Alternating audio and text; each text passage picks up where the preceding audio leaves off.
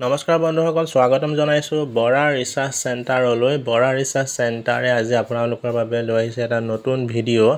আজিৰ ভিডিঅ'ৰ টপিকটো হৈছে গোটেই ৰাতিটো এচি তলত শুই থাকিলে স্বাস্থ্যত কেনেকুৱা ধৰণৰ প্ৰভাৱ পেলাব পাৰে। গোটেই দিনটো যদি আমি গোটেই ৰাতিটো যদি আমি এচি লগাই শুই থাকোঁ, তেনেহ'লে সেই এচি বতাহটোৱে আমাৰ জীৱনত কিবা ইম্পেক্ট পেলাব পাৰে নেকি, সেই বিষয়ে আজি ডিছকাশ্যন হ'ব।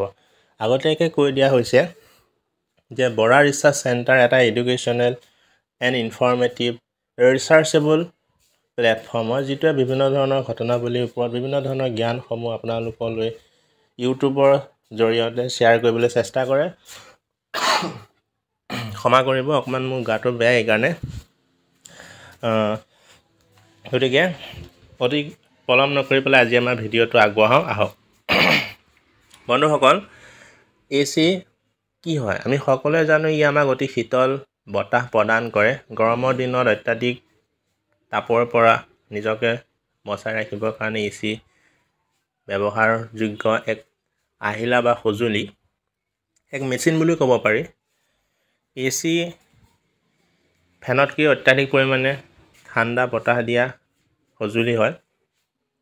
বিভিন্ন ধৰণৰ চাদঢালাই ঘৰবোৰত বা বিল্ডিংবোৰত মানুহে ফেনৰ লগতে এচি ব্যৱহাৰ কৰিবলৈ অত্যাধিক পৰিমাণে ভাল পায়, কিয়নো এচিৰ পৰা অতি শীতল হাৱা আহে। যেনেকৈ হাৱা শীতল আহে, তেনেকৈ তাৰ বিলো বহুত গৰম আহে। কথাটো সত্য নে অসত্য বাৰু সকলোৱে ক'ব। বহুত কষ্টলি হয় এচি, তথাপি মানুহে তাক ব্যৱহাৰ কৰে।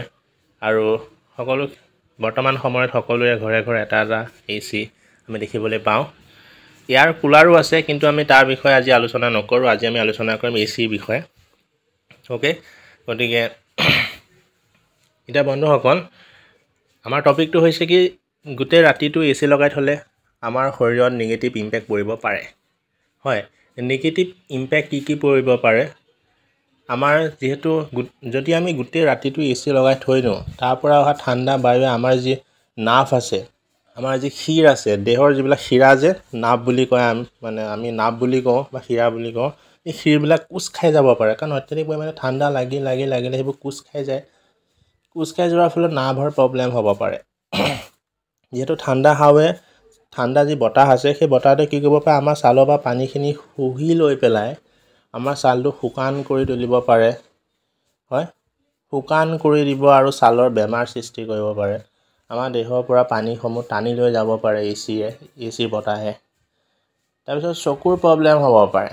হয়, চকুৰো প্ৰব্লেম হয়। বিশেষকৈ কয় যে মোবাইল অত্যাধিক পৰিমাণে চালে, মোবাইল লেপটপ কম্পিউটাৰ বেছি পৰিমাণে চালে চকুৰ ৰশ্মি কমে, কিন্তু এচিৰ তলত অত্যাধিক পৰিমাণে থাকিলেও কিন্তু চকুৰ ৰশ্মি কমে।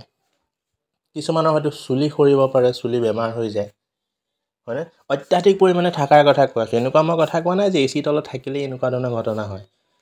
এইটো কথা মই ক'ব বিচৰা নাই। এচিৰ তলত আপুনি থাকক বা আমিও থাকোঁ, আপুনিও থাকক, কিন্তু এটা লিমিটত। সকলো বস্তুৰে একোটা লিমিট আছে, সীমা আছে। সেই সীমাৰ ভিতৰত থকালৈকে ই কোনো ধৰণৰ ইম্পেক্ট নেপেলায়। কিন্তু সীমা যেতিয়া পাৰ হৈ যাব, তেতিয়া সি কিন্তু আপোনাৰ জীৱনত ইম্পেক্ট পেলাব। মই গোটেই ৰাতিটো এচি থ'লে নিগেটিভ ইম্পেক্ট যে পৰিব পাৰে, সেই কথাটো মই আলোচনা কৰি আছোঁ। গতিকে গোটেই ৰাতিটো এচি লগাই থ'লে, এদিন দুদিনৰ কথা কোৱা নাই, কণ্টিনিউৱাছলি এনি টাইম যদি চলাই থোৱা যায়, আজি ৰাতি, কালি ৰাতি, পৰহি ৰাতি, এনেকুৱা ধৰণৰ যদি কণ্টিনিউৱাছলি হৈ থাকে, তেনেহ'লে এনেকুৱা ধৰণৰ বেমাৰসমূহ দেখিবলৈ পোৱা যায়।